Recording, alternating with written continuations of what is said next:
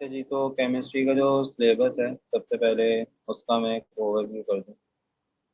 जैसे मैंने पहले भी आई गेस बताया था पिछली पिछली क्लासों के अंदर कि केमिस्ट्री का जो आपका सिलेबस है मैट्रिक का, उसके अंदर न्यूमेरिकल्स कम है। इतना ज़्यादा न्यूमेरिकल्स जो है वो इंक्लूड नहीं है आपके सिलेबस के अंदर। जैसे क्लास 9 के अंदर था कि ऑलमोस्ट हर चैप्टर में ठीक ठाक न्यूमेरिकल्स थे, 2 से 3 टॉपिक के न्यूमेरिकल्स जो हैं। बट मैट्रिक में ऐसा नहीं है। न्यूमेरिकल्स आपके शुरू के 2 चैप्टर में आपको मिल जाएंगे, वो भी ज़्यादा नहीं है, एक एक दो टॉपिक्स के ही हैं। इसी तरीके से फिर जो थर्ड चैप्टर है ऑर्गेनिक केमिस्ट्री, इसमें कुछ नेमिंग सिस्टम के कुछ क्वेश्चन है जो कि समझने के हैं। तो बस ये है, इसके अलावा ज़्यादातर आपकी थ्योरेटिकल चीज़ें। तो कंपैरेटिवली अगर मैं बात करूँ तो केमिस्ट्री आपको इतना परेशान नहीं करेगी। अगर आप तरीके से इसको स्टार्टिंग से लेके चलते हो तो उतना आपको प्रॉब्लम नहीं होगी। हाँ, बस बात वही है कि आपने अपनी बुक्स वगैरह को, जैसे हम नॉर्मली कवर करते ही हैं, जो भी हम टॉपिक स्टार्ट करते हैं पहले बुक से कवर होता है। जब बुक से टॉपिक एंड हो जाता है दैन फिर हम उसके क्वेश्चंस वगैरह के ऊपर फोकस कर लेते हैं। तो ये है कि इतना ज़्यादा इशू केमिस्ट्री आपको नहीं करेगी। बशर्त ये है कि आप टाइमली आप इसको कवर अप भी कर लो और अपनी प्रैक्टिस में इसको कर लो। तो आज हमारा फर्स्ट चैप्टर है केमिकल इक्विलिब्रियम का। बाकी पेपर पैटर्न वगैरह जो भी है वो जैसे मैंने बताया था कि जब हमारा थोड़ा कंटेंट कवर हो जाएगा उसके बाद फिर जो है हम पेपर पैटर्न वगैरह उसके बाद डिस्कस करेंगे, क्योंकि वो ऑलरेडी आपको चीज़ें पता है। तो उस पर जो है उतना अभी स्टार्टिंग में ना टाइम नहीं लगता। तो ये हमारा फर्स्ट चैप्टर है केमिकल इक्विलिब्रियम, और इसको जो है वो हमने आज स्टार्ट करना है। चीज़ें समझनी है, शुरू में काफ़ी सारी बातें थ्योरेटिकल हैं। तो यहाँ पर मैंने कुछ पॉइंट्स अब सेट किए हैं, ज़रा हम उसको डिस्कस कर लेते हैं तो ज़्यादा इजी रहेगा, तो हमें भी समझ में आए। यहाँ पर आपके पास केमिकल इक्विलिब्रियम के अंदर सबसे पहली चीज़ आपको ये समझनी पड़ेगी कि रिवर्सिबल रिएक्शंस क्या होते हैं और इरिवर्सिबल रिएक्शंस क्या होते हैं। अब तक जो हमने क्लास 9 की केमिस्ट्री के अंदर चीज़ें पढ़ी थी उसमें ज़्यादातर जो जिक्र था वो आपका इरिवर्सिबल रिएक्शंस का था। रिवर्सिबल रिएक्शन उसके अंदर डिस्कस नहीं हुए थे। तो आज तो सबसे पहले हमने डिस्कस करना है सबसे पहली बात रिवर्सिबल वर्सेस इरिवर्सिबल रिएक्शंस। तो यहाँ पे लिखा हुआ है कि जैसे अगर मैं इसको रीड करूँ तो इन chemical process changes can be conceptually structured into two distinct operational types based on whether the reaction path can be traversed backwards। आपकी थोड़ी गाढ़ी इंग्लिश लिखी हुई है, उसको मैं ज़रा आसान अल्फाज में आपको एक इक्वेशन की हेल्प से समझाता हूँ। मैं यहाँ पर एक इक्वेशन लिख देता हूँ। दो इक्वेशंस मैं यहाँ पे लिखता हूँ। एक इक्वेशन सबसे पहले है हमारे पास, ओके वेट अ मिनट।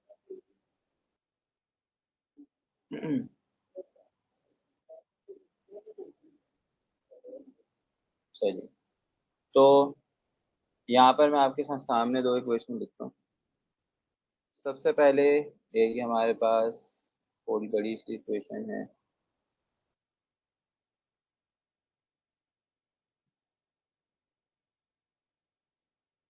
यह आपके पास एक रिएक्टेंट है, जो भी हमारे पास लेफ्ट साइड पे चीज़ें होती हैं एरो से पहले वो आपके रिएक्टेंट्स कहलाते हैं। और ये रिएक्टेंट जो है आपके प्रोडक्ट फॉर्म कर रहा है, ये सारे के सारे। और राइट साइड पे जितनी चीज़ें होती हैं सारे के सारे आपके क्या होते हैं, आपके प्रोडक्ट्स होते हैं, यानी जो चीज़ आपने बनाई आपको मिली। अब इसके अंदर अगर मैं देखूँ तो यहाँ पर एक सीधे एक डायरेक्शन के अंदर जो आपका एरो लगा हुआ है, इसके अंदर कोई मल्टी डायरेक्शनल एरो नहीं है। तो ऐसे रिएक्शन अगर मैं इजीली समझाऊँ आपको, जिनमें एक वन साइडेड एरो लगा हुआ होता है, तो ये आपके कहलाते हैं इरिवर्सिबल रिएक्शन। यानी ये सिर्फ इस डायरेक्शन में ही जाएंगे, ये और किसी डायरेक्शन के अंदर मूव नहीं करेंगे। तो ये एग्जाम्पल है आपके इरिवर्सिबल रिएक्शंस की। इसके अपोजिट जो रिवर्सिबल रिएक्शंस होते हैं उसके अगर मैं यहाँ पर एक एग्जांपल दूँ तो यहाँ पर नाइट्रोजन गैस को हमने रिएक्ट करवाया हाइड्रोजन के साथ, और यह आपका फॉर्म कर रहा है अमोनिया। 2NH3 जो है आपका ये फॉर्मेशन हो रही है। ठीक है, तो ये बेसिकली अगर इसके एरो को देखो यहाँ पे तो डबल एरो लगेगा। ये ये रिएक्शन मल्टी डायरेक्शनल है। ये आगे भी जा सकता है, इस डायरेक्शन में भी जा सकता है और इस डायरेक्शन में भी आ सकता है। तो ये जो आपके डबल एरो लगे हुए होते हैं तो इससे हमें पता चलता है कि जो ये रिएक्शन हो रहा है बेसिकली कौन सा रिएक्शन है, रिवर्सिबल रिएक्शन। ठीक है। अब इसके अंदर दो चीज़ें होती हैं। अगर आपका रिएक्शन आगे की तरफ जा रहा है, यानी लेफ्ट से लेके राइट पे जा रहा है, प्रोडक्ट्स बन रहे हैं आपके, तो फिर ये आपका फॉरवर्ड रिएक्शन कहलाता है। ठीक है। और जब ये इस डायरेक्शन में आ रहा है तो फिर ये क्या कहलाता है, बैकवर्ड रिएक्शन कहलाता है। ठीक है। तो ये कुछ बेसिक सी बातें थी, आगे थ्योरी पढ़ने में भी आसानी हो जाएगी हमें। अब जरा अगर मैं देखूँ यहाँ पे रिवर्सिबल रिएक्शन के अंदर क्या लिखा हुआ है कि reactions in which the reactants, reactants यानी जो मैंने बताया जो लेफ्ट साइड पे होता है, convert completely into products and the products cannot reunite or reform the original reactants। यानी आपने दो रिएक्टेंट्स को आपस में मिलाया, रिएक्ट करवाया, और वो दो कोई भी चीज़ें हो सकती हैं, और आपको जो भी रिजल्ट आना था, जो भी आपका प्रोडक्ट बनना था वो बन गया। आपके रिएक्टेंट्स जो है वो कन्वर्ट हो गए किसके अंदर, प्रोडक्ट के अंदर। अब जो है, और आपका प्रोडक्ट जो है वो दोबारा रिएक्ट करके, मतलब जो दोबारा रिएक्टेंट की फॉर्म में नहीं आ सकता, मतलब वो जो बनना था वो बन गया। जैसे मैंने यहाँ पे एग्जांपल दी है कि यहाँ पर हमारे पास ये प्रोडक्ट था, सॉरी ये हमारे पास एक रिएक्टेंट था, इसने आपके ये तीन प्रोडक्ट जो है वो बना दी। अभी जो तीन प्रोडक्ट्स हैं ये दोबारा इस फॉर्म में नहीं आ सकते, ये दोबारा ये नहीं बन बन सकते। तो ये बेसिकली आपका इरिवर्सिबल रिएक्शन है। मतलब एक बार जो रिएक्शन रिएक्टेंट्स आपके जो हैं प्रोडक्ट बन गए, कम्प्लीटली प्रोडक्ट की फॉर्म में आ गए, अब वो दोबारा से जो है वो रिएक्टेंट की फॉर्म में नहीं आ सकते। तो this is basically what irreversible reaction. ठीक है। बाकी रिप्रेजेंटेशन मैंने बता दी, एक सिंगल एरो से जो है वो इसको रिप्रेजेंट किया जाता है। नीचे वही सारी बातें लिखी हुई हैं। उसके बाद है यहाँ पे कुछ एग्जाम्पल दी हुई है कि कंबशन एंड बेकिंग।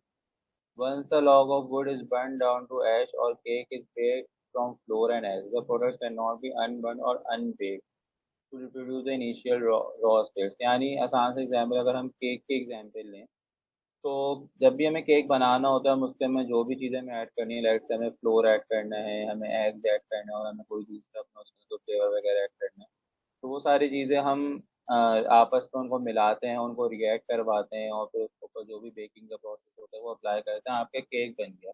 अब जो आपका केक बन गया ये दोबारा से क्या एग्स की फॉर्म बन सकता है क्या? ये मतलब आपने एक बार आपका केक बन गया, केक से क्या हम किसी तरीके से दोबारा उसको एग की फॉर्म में ला सकते हैं, उसमें से हम आटा अलग कर सकते हैं? नहीं कर सकते। तो मतलब एक बार आपके रिएक्टेंट्स प्रोडक्ट की फॉर्म में बन गए, अब वो दोबारा रिएक्टेंट की फॉर्म में नहीं आ सकते। तो ये कुछ एक डेली लाइफ एग्जाम्पल है ताकि आपका कॉन्सेप्ट जो है वो क्लियर हो जाए। ठीक है। रिएक्शंस तो हमारे अराउंड डेली लाइफ में ना बहुत सारे होते रहते हैं, तो कुछ इजी सी एग्जाम्पल, सिंपल सी एग्जाम्पल हम देख के समझेंगे ताकि यह कि कॉन्सेप्ट हमारा क्लियर हो जाए। तो ये था।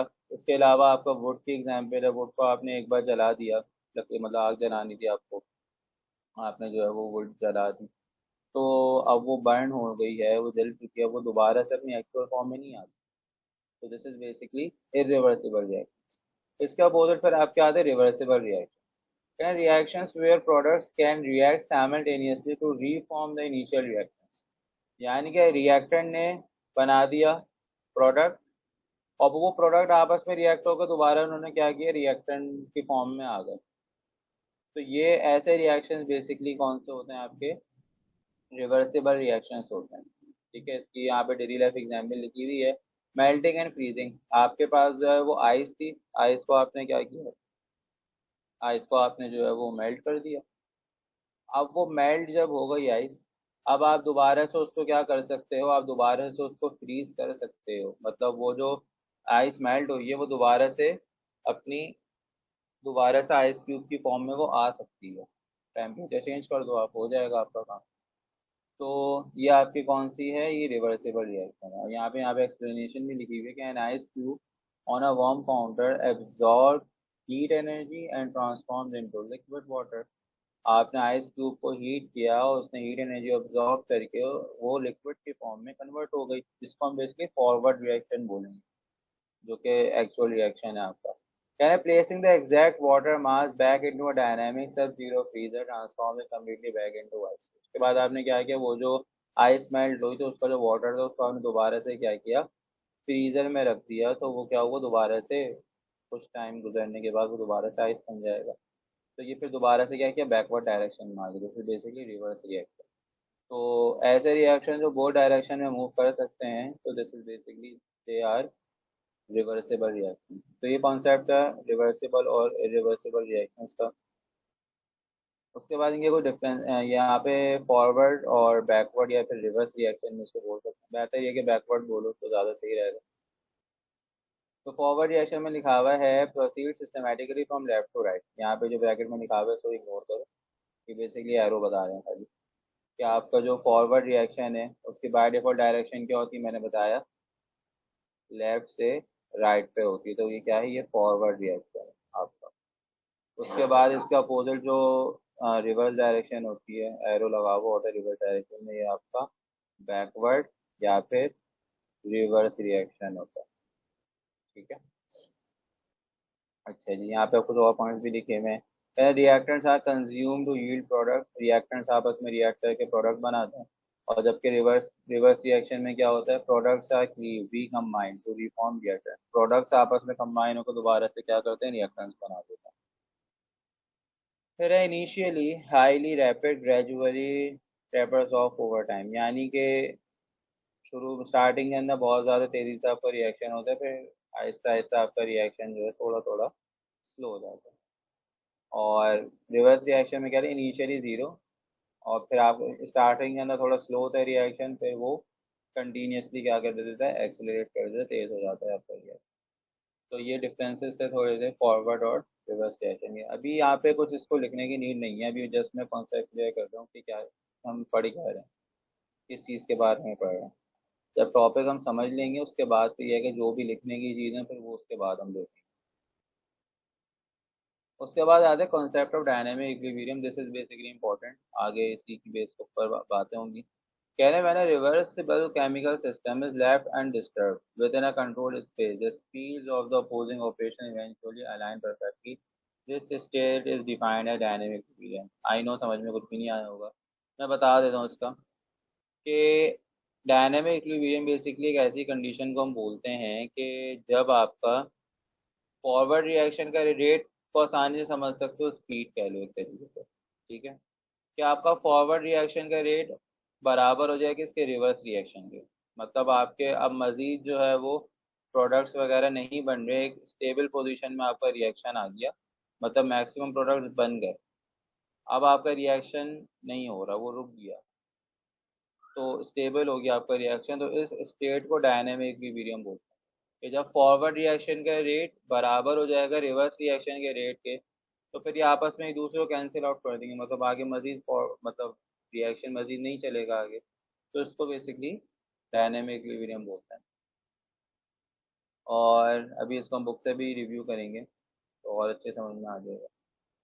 यहाँ पे कुछ इन्होंने एग्जाम्पल दिए, कहने imagine a person standing on a down escalator, एक पर्सन है जो कि एक एस्केलेटर के अंदर जो है वो खड़ा हुआ है, कहना that is moving downward at a velocity of exactly 2 steps per second.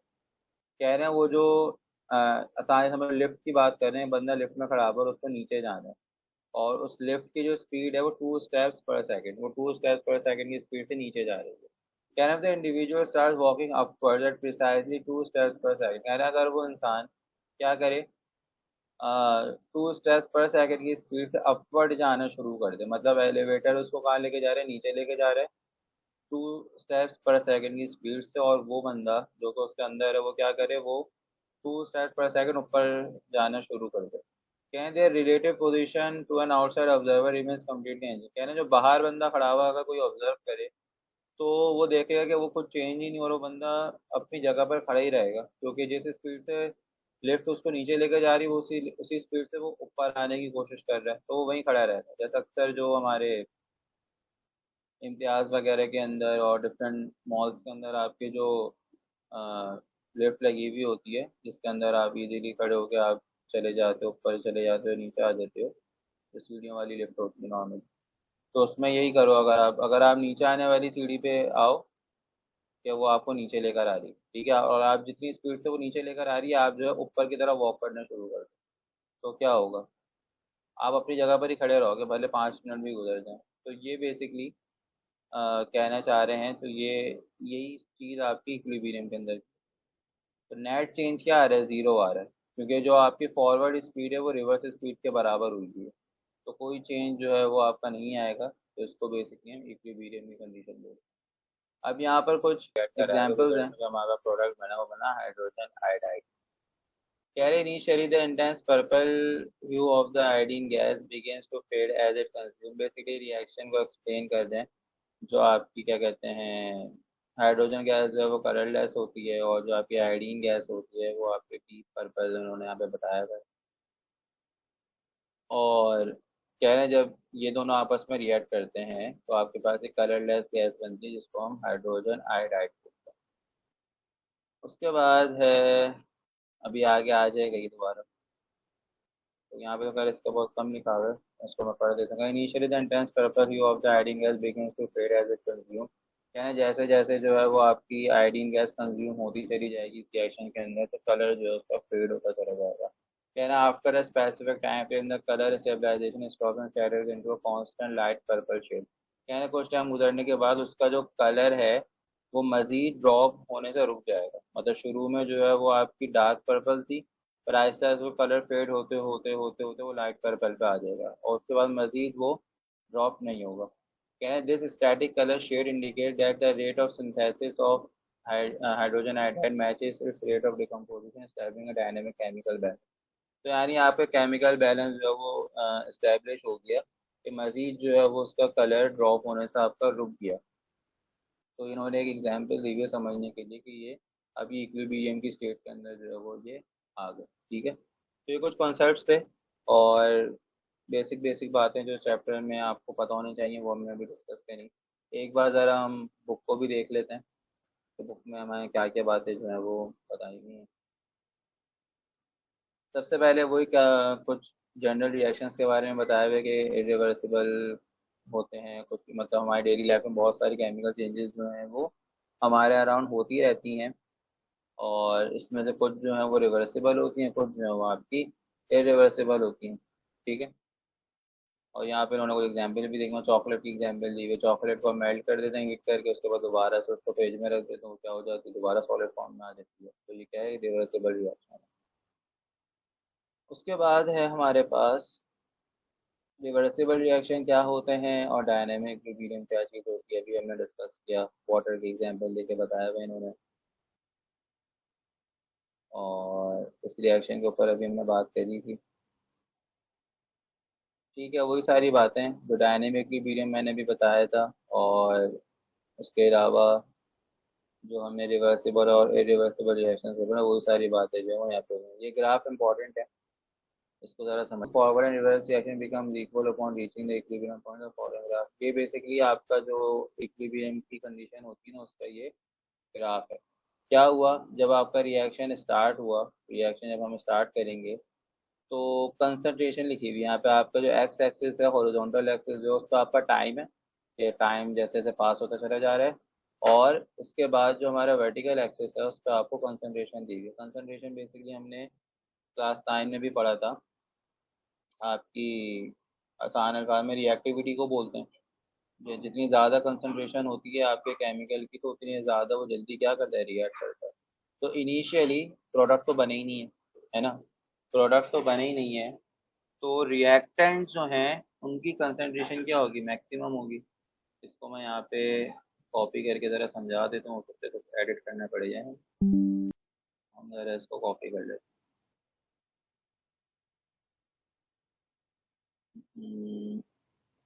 ठीक है, यहाँ तो ये ग्राफ जो है वो हमारे सामने आ गया। अच्छा जी, अब जो है इनिशियली रिएक्टेंट्स की कंसंट्रेशन क्या होगी, मैक्सिमम होगी, ठीक है। फिर आहिस्ते आहिस्ते जैसे जैसे टाइम गुजरेगा तो इनकी कंसंट्रेशन कम होती रहेगी, ठीक है, नीचे आती रहेगी आती रहेगी आती रहेगी आती रहेगी, और इसके अपोजिट प्रोडक्ट बनना स्टार्ट हो जाएंगे, क्योंकि रिएक्टेंट आपके कन्वर्ट होते चले जा रहे हैं प्रोडक्ट के अंदर। तो आपके प्रोडक्ट की जो कंसंट्रेशन है वो आहिस्ता आहिस्ता क्या होती रहेगी, इंक्रीज होती रहेगी। फिर एक पॉइंट आएगा कि आपका रिएक्टेंट जो है मजीद डिकम्पोज होना रुक, मतलब रिएक्टेंट कम क्या कहते हैं उसको, कन्वर्ट हो गया प्रोडक्ट के अंदर, अब वो मजीद आगे नहीं चल रहा। मतलब कि आपका फॉरवर्ड रिएक्शन का रेट और आपका बैकवर्ड रिएक्शन का रेट क्या हो गया, बराबर हो गया। मजीद आपका रिएक्शन आपके प्रोडक्ट जो है नहीं बन, तो ये आपका जो रिएक्शन है वो स्टेबल हो गया। ठीक है, तो अब ये कंडीशन जो है आपकी क्या कहलाएगी, इक्विलिब्रियम की कंडीशन कहलाएगी। ठीक है, मतलब जितने प्रोडक्ट बनने थे वो बन गए, रिएक्टेंट की कंसंट्रेशन कम हो गई और इसके अपोजिट प्रोडक्ट की कंसंट्रेशन जो है वो बढ़ गई। अब मजीद आपके प्रोडक्ट फॉर्म नहीं हो रहे, रुक गए, स्टेबल हो गया आपका रिएक्शन। तो इसको हम बेसिकली क्या बोलते हैं, हम इक्विलिब्रियम बोलते हैं। ये ग्राफ जो है इम्पोर्टेंट है और बनाने के लिए भी दे सकते हैं पेपर के अंदर, क्योंकि हमने 9th क्लास में भी देखा था कि आपको किस तरीके से क्वेश्चन जो है वो दे रहे थे, आपके बुक के कॉन्सेप्चुअल क्वेश्चन आपको दे रहे थे। ठीक है, ग्राफ्स भी दिए थे फिजिक्स के अंदर, जो है वो आपको ग्राफ दे दिए गए थे। तो इस तरीके की जो चीज़ें हैं वो आपको समझी हुई होनी चाहिए, रटे मारने की नीड नहीं है। कॉन्सेप्ट क्लियर होगा तो आप पेपर में थोड़ा सा अपना दिमाग यूज़ करके आप क्वेश्चन को टैकल कर सकते हैं। ठीक है जी, तो ये हमारे ग्राफ था डायनेमिक इक्विलिब्रियम का। उसके बाद हाइड्रोजन आयोडाइड की इन्होंने एग्जाम्पल दी हुई है, ये भी हमने डिस्कस कर ली थी। उसके बाद है macroscopic characteristic of forward and reverse reaction. Basic characteristic जो बड़ी बड़ी कैरेक्टरिस्टिक्स हैं वो यहाँ पे इन्होंने मेंशन करी हुई है। फॉरवर्ड रिएक्शन क्या होता है भाई, it is always directed from left to right in a chemical. Basically जो भी हमने डिफरेंसेस डिस्कस किए थे ना, ये वही है, ये वही चीज़ें हैं सारी। बस ये सीधे सीधे हेडिंग डाल के लिखे हुए हैं। आपको अगर डिफरेंस लिखने के लिए आ रहे हैं पेपर के अंदर क्या फॉरवर्ड और रिवर्स रिएक्शन के डिफरेंसेस लिखें, तो फिर आप जो है इसको टेबल बना के लिख सकते हो। ठीक है, तो कह रहे हैं फॉरवर्ड रिएक्शन में लिखा हुआ it is always directed from left to right ही जाता है आपका फॉरवर्ड रिएक्शन, और रिएक्टेंट आपके प्रोडक्ट के फॉर्म में बनता है। ठीक है, रिएक्टेंट्स आपके कन्वर्ट हो जाता है प्रोडक्ट के अंदर। इनिशियली जो है वो ये तेज़ी से रिएक्ट करता है, रेट इसका ज़्यादा होता है, स्पीड ज़्यादा होती है, लेकिन ग्रेजुअली क्या होता है, ये स्लो हो जाता है। क्योंकि जैसे हमें इस ग्राफ में भी देखने को मिल रहा है कि पहले ही जल्दी जल्दी ये कन्वर्ट होते गए प्रोडक्ट जो है आपके कम बन रहे थे, फिर आहिस्ता आहिस्ता प्रोडक्ट भी बढ़ना शुरू हो गए, रिएक्टेंट जो है वो नीचे आने शुरू हो गए।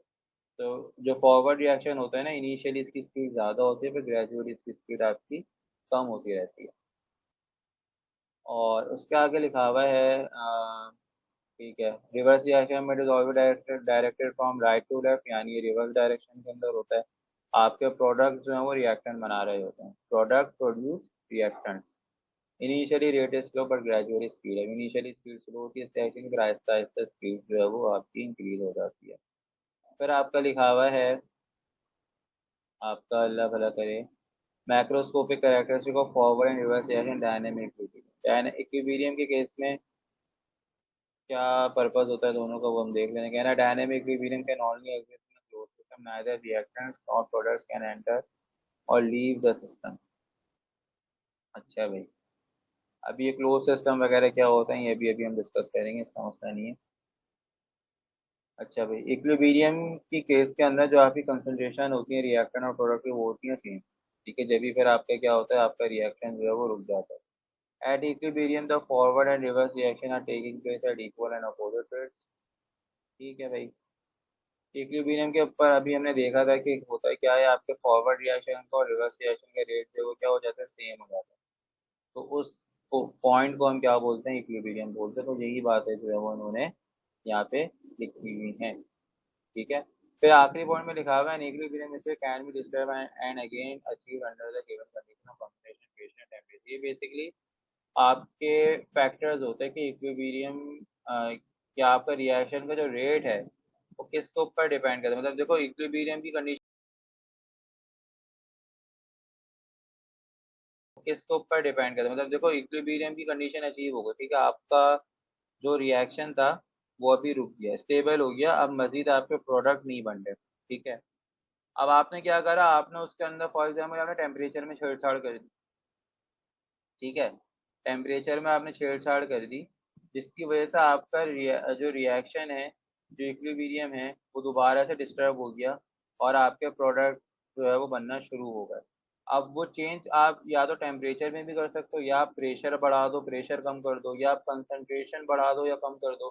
तो इसकी वजह ये इन चीज़ों के अंदर चेंजेस करके आप क्या कर सकते हो, अपने इक्विलिब्रियम को डिस्टर्ब कर सकते हो दोबारा से, तो आपका रिएक्शन फिर से जो है स्टार्ट हो जाएगा। सही है। तो ये बेसिकली आपकी कुछ इंपॉर्टेंट बातें थी। अभी जो फैक्टर्स होते हैं ये सारे के सारे जो है वो मैं ऑब्वियसली जब हम बुक से चैप्टर को रिव्यू कर लेंगे उसके बाद फिर मैं इसका काम करवाऊंगा। जो भी मटेरियल वगैरह मुझे देना होगा वो सारी चीज़ें मिल जाएंगी उसमें। तो आज की क्लास में मेनली तो हमने यहाँ तक डिस्कस करना था, और इसके आगे जो अगला टॉपिक है वो है लॉ ऑफ मास एक्शन का। तो आज की क्लास में बस मैं इसका एक ओवरव्यू दे देता हूँ कि लॉ ऑफ मास एक्शन जो है बेसिकली है क्या। ठीक है। अगली क्लास में जो है इसको हम कंप्लीटली पूरा पढ़ेंगे, क्योंकि ये पेपर में इम्पोर्टेंट है पेपर पॉइंट ऑफ व्यू से, तो इसको हमें देखना है। और फिलहाल इसके कंट्रोल ले लेते हैं, है क्या इसके अंदर। यहाँ पे लिखा हुआ है कि ठीक है, इसमें लगा थोड़ी मुश्किल डेफिनेशन लिखी है। कह रहे थे rate at which a substance reacts is directly proportional towards active mass, and the rate of reaction is directly proportional to the product of the active masses of the reacting substances। क्या बात करी इन्होंने। ये basically ये कहना चाह रहे हैं कि आपकी रिएक्शन की जो स्पीड होती है ना, तो मतलब एक दो चीज़ें कह रहे हैं कि आपका रिएक्टेंट कितना तेज़ी से रिएक्ट करेगा, ये डिपेंड करता है उसकी कंसंट्रेशन के ऊपर। एक्टिव मास जो यहाँ पे लिखा हुआ है, एक्टिव का मास का मतलब तुम समझ सकते हो कि वो कंसंट्रेशन की बात करते हैं। ठीक है। कंसंट्रेशन में पहले भी बहुत बार समझा चुका हूँ क्या चीज़ होती है। तो आसान अल्फाज में ऐसे समझ सकते हो, रिएक्टिविटी को समझ सकते हो कि जितनी ज़्यादा कंसंट्रेशन होगी उतनी ज़्यादा वो रिएक्टिविटी ज़्यादा होगी, तेज़ी से आपका सब्सटेंस है वो रिएक्ट करेगा। तो आपका जो रिएक्टेंट है वो उतना तेज़ी से रिएक्ट करेगा भाई, जब तक उसकी अगर कंसंट्रेशन जो ज़्यादा है। और आपका रिएक्शन का जो रेट है, मतलब रिएक्शन ओवरऑल रिएक्शन की जो स्पीड है, तो वो आपके जो भी रिएक्टिंग सब्सटेंस है उनकी, अगर मान लो दो चीज़ों को आपस में आप रिएक्ट करवा रहे हो, तो उन दोनों की कंसंट्रेशन का जो प्रोडक्ट होगा ना उसके ऊपर डिपेंड करेगा। जितना ज़्यादा प्रोडक्ट होगा, प्रोडक्ट की वैल्यू ज़्यादा होगी, उतना तेज़ी से आपका रिएक्शन जो है वो चलेगा। तो वही बात है, इन शॉर्ट ये कि आपकी कंसंट्रेशन के ऊपर डिपेंड कर रहा है। जितनी ज़्यादा कंसंट्रेटेड रिएक्टेंट्स होगा उतनी ज़्यादा जो है वो आपका रिएक्शन का जो रेट है वो भी बढ़ता रहेगा। ठीक है। अब इसकी पूरी प्रॉपर इक्वेशन है, इसको इसके ऊपर छोटे से न्यूमेरिकल क्वेश्चंस भी आते हैं जो कि अगली क्लास का टॉपिक है। और आज की क्लास में हम ये डिस्कस कर लेते हैं। यहाँ पे तो लिखा हुआ write down forward and reverse reactions for the following. अच्छा भाई, इसका फॉरवर्ड रिएक्शन और रिवर्स रिएक्शन लिख के बताने वाले हैं। यहाँ पर मैंने इसका सोल्यूशन निकाला हुआ है।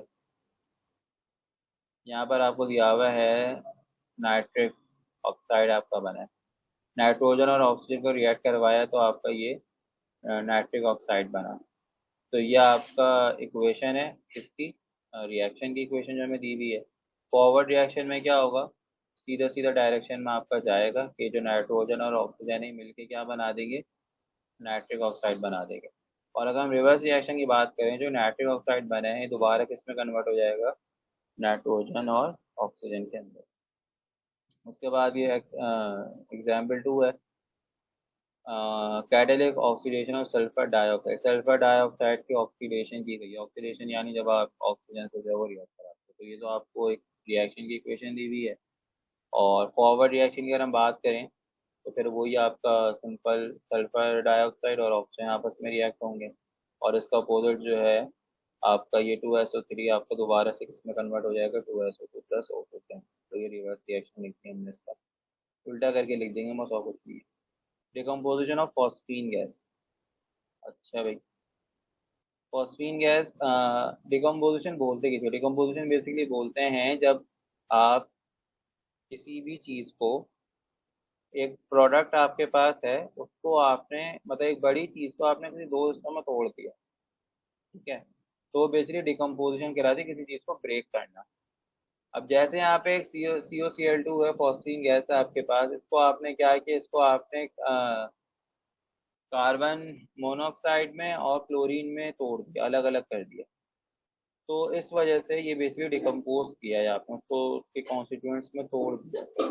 अब इसके अगर हम बात करें फॉरवर्ड रिएक्शन की, तो वो सीधा सीधा चला जाएगा, मतलब आपने डिकम्पोज कर दिया।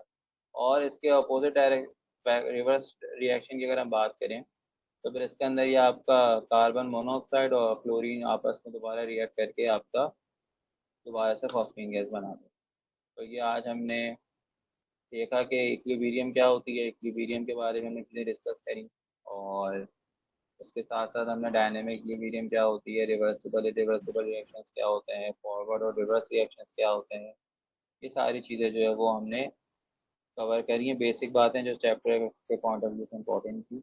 नेक्स्ट क्लास जो होगी हमारी केमिस्ट्री की, उसके अंदर जो है हम क्या करेंगे, अपना आगे मजीद जो हमारा लॉ ऑफ मास एक्शन है, जो कि इम्पोर्टेंट टॉपिक है, और उससे रिलेटेड उसके कुछ न्यूमेरिकल्स भी हैं, वो जो हम इंशाल्लाह नेक्स्ट क्लास में कवर करेंगे।